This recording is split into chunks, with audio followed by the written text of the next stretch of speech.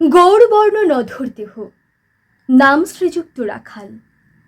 জন্ম তাহার হয়েছিল সেই যে বছর আকাল। গুরুমশাই বলেন তারে, বুদ্ধি জেনেই একেবারে দ্বিতীয় ভাগ করতে সারা 6 মাস ধরে নাকাল। রেগে মেগে বলেন, বাঁদর, নাম দিনু তোর মাকাল।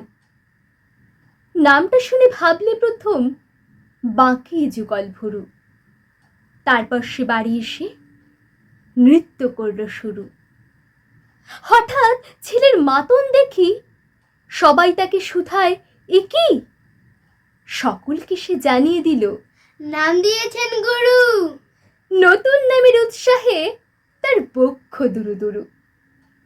কোলের পরে বসিয়ে দাদা বললে কানে কানে, গুরুমশাই গাল দিয়েছেন, বুঝিস নে তার মানে। রাখাল বলে, কখনো না, মাঝে আমায় বললেন শোনা, সেটা তো গাল নয়, সে কথা পাড়ার সবাই জানে। আচ্ছা, তোমায় দেখিয়ে দেব, চলো তো ওইখানে। টেনে নিয়ে গেল তাকে পুকুর পাড়ের কাছে। বেড়ার পরে লতায় যেথায় মাকাল ফুলে আছে। বললে, দাদা সত্যি বলো, সোনার চেয়ে মন্দ হলো? তুমি শেষে বলতে কি চাও? গাল ফুলেছে গাছে, মাকাল আমি। বলে রাখাল 2 হাত তুলে নাচে। দোয়াত কলম নিয়ে ছোটে, খেলতে নাহি যায়। লেখা পড়ায় মন দেখে মা অবাক বনে যায়।